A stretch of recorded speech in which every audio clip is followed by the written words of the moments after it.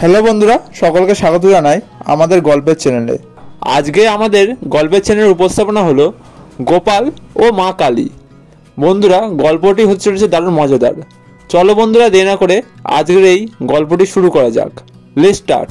গোপাল ও মা কালী। গোপাল একদিন পাশা খেলতে খেলতে দাঁতের যন্ত্রণায় ভীষণ কষ্ট পাচ্ছিল। অসম্ভব যন্ত্রণা যাকে বলে। যন্ত্রণায় অস্থির হয়ে সে শুয়ে পড়ে কাতরাতে কাতরাতে বলতে লাগলো, দোহাই মা কালী, এই যাত্রায় আমার যন্ত্রণাটা কমিয়ে দাও। আমি জোড়া পাঠা বলি দেবো মা, পুজো দেব ভালো করে তোমায় মা। কিছুক্ষণ পরে মা কালীর কৃপায় তার যন্ত্রণার উপশম হলো। সে আবার খোশ মেজাজে পাশা খেলতে লাগলো মনের আনন্দে। গোপালের পাশা খেলার সাথী একসময় গোপালকে বললে, মায়ের দোয়ায় দাঁতের যন্ত্রণা তো চট করে সেরে গেল। মায়ের কাছে তাহলে জোড়া পাঠা বলি দিচ্ছ তো? মনের বাসনা পাঠা বলি হলে বলির মাংস খাওয়া যাবে।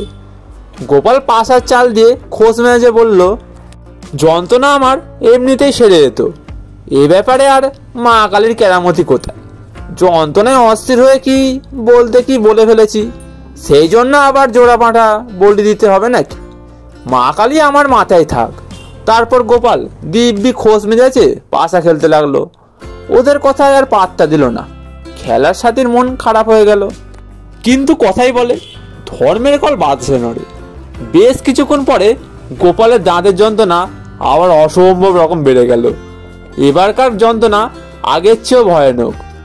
গোপাল যন্ত্রণায় অস্থির হয়ে মা কালীর উদ্দেশ্যে হাত জোর করে কাঁদতে কাঁদতে বলল, হে মা করুণাময়ী, হে মা করুণাময়ী, হে মা জগৎজননী, যে কথা বলেছি সেই কথাটাই ধরে নিলে মা। আমি কি সত্যি সত্যি বলেছি তোমার কাছে জোড়া পাঠা বলি দেব না?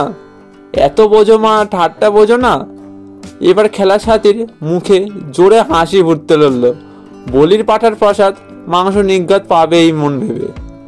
আজের গল্পটি কেমন লাগলো অবশ্যই কমেন্ট করে জানান, এবং আপনাদের কোনো গল্প শুনতে ইচ্ছা হলে সেটাও কমেন্টে জানাতে পারেন।